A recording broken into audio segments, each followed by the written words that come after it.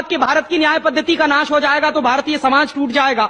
ऐसे ही मैकॉले एक बात और कहता था। मैकॉले की लिखी हुई एक चिट्ठी है मेरे पास, उसकी फोटोकॉपी।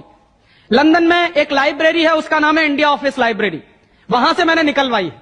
इंडिया ऑफिस लाइब्रेरी में से ऐसे कुछ 50,000 से ज्यादा डॉक्यूमेंट्स मैं निकाल के लाया और वहां के कई लोगों की मदद से हमने वो निकलवाए हैं। तो उनमें एक चिट्ठी है मैकॉले की, वो उसके अपने पिताजी को उसने लिखी है।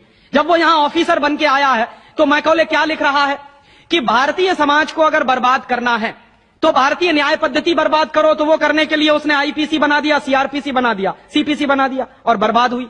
दूसरी बात वो कहता था कि भारतीय समाज को बर्बाद करना है तो भारतीय शिक्षण पद्धति का नाश करो। तो मैकॉले कहा करता था कि जो भारतीय शिक्षण पद्धति है, वो खुद मानता था इस बात को, यह दुनिया की सबसे ज्यादा विकसित और सबसे अच्छी पद्धति।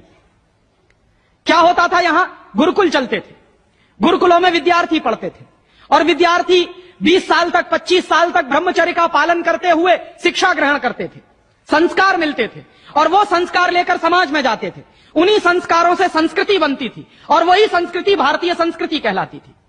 ऋषि थे, मुनि थे, बड़े बड़े ज्ञानी थे, महात्मा थे, वो गुरुकुलों को चलाया करते थे और सारे के सारे गुरुकुल जो चला करते थे उनमें वेदों का अध्ययन, पुराणों का अध्ययन, उपनिषदों का अध्ययन, जो भारतीय ज्ञान है, जो भारतीय मनीषा है, उन्हीं सब का अध्ययन संस्कृत के माध्यम से कराया जाता था। मैकॉले ने क्या किया कि गुरुकुलों का नाश अगर करना है तो उसने एक कानून बनाया। क्या कानून बनाया? संस्कृत में जितने विद्यालय इस देश में चलते थे, हिंदुस्तान में अंग्रेजों के जमाने में, उन सबको उसने इल्लीगल घोषित किया, गैर कानूनी। और उसने प्रतिबंध लगा दिया कि संस्कृत भाषा के माध्यम से कोई भी गुरुकुल चलेगा उसको अंग्रेजी सरकार मान्यता नहीं देगी। तो मान्यता किसको देगी? अंग्रेजी के माध्यम से जो कॉन्वेंट स्कूल चलेंगे उनको अंग्रेजी सरकार मान्यता देगी।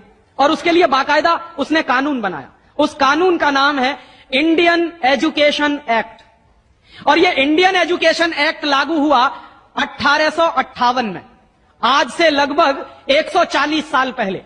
तो 140 साल पहले जो कानून लागू हुआ था अंग्रेजों के जमाने में, वही कानून आज भी चल रहा है।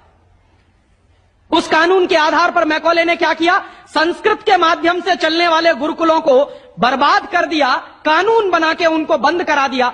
जो उनमें अध्यापक होते थे, गुरु होते थे, उनको मार पीट कर अंग्रेजी सरकार जेल में बंद करती थी। जो विद्यार्थी अध्ययन के लिए जाते थे उनको रोक दिया जाता था, उनका अध्ययन ना होने पाए उसके लिए समस्याएं खड़ी की जाती थी। और दूसरी तरफ कॉन्वेंट स्कूल चालू कर दिए और उसमें अंग्रेजी के माध्यम से शिक्षण देना शुरू किया।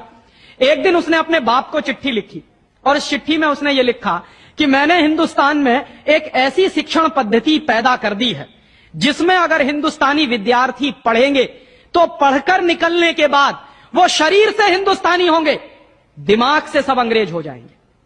वो देख रहे हैं, अभी देख रहे हैं। तो शरीर से हिंदुस्तानी और दिमाग से अंग्रेज। तो मैकॉले दूसरी बात लिख रहा है उस चिट्ठी में कि जब वो शरीर से हिंदुस्तानी और दिमाग से अंग्रेज हो जाएंगे तो अंग्रेजों के हिसाब से सारे काम करेंगे।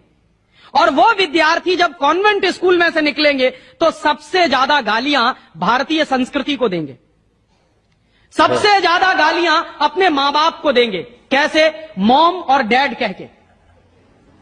डैड माने होता है मरा हुआ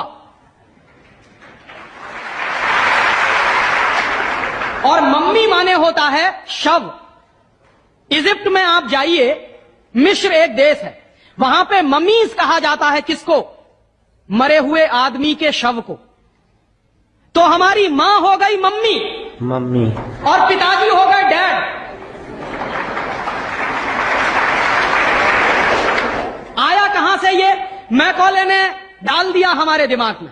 और मैं ये कहता हूं कि मैकॉले तो मर गया, उसका बाप भी मर गया, सब मर गए, भगवान उनकी आत्मा को शांति दे, लेकिन उसकी जो आत्मा है वो हम सब में प्रवेश कर गई है।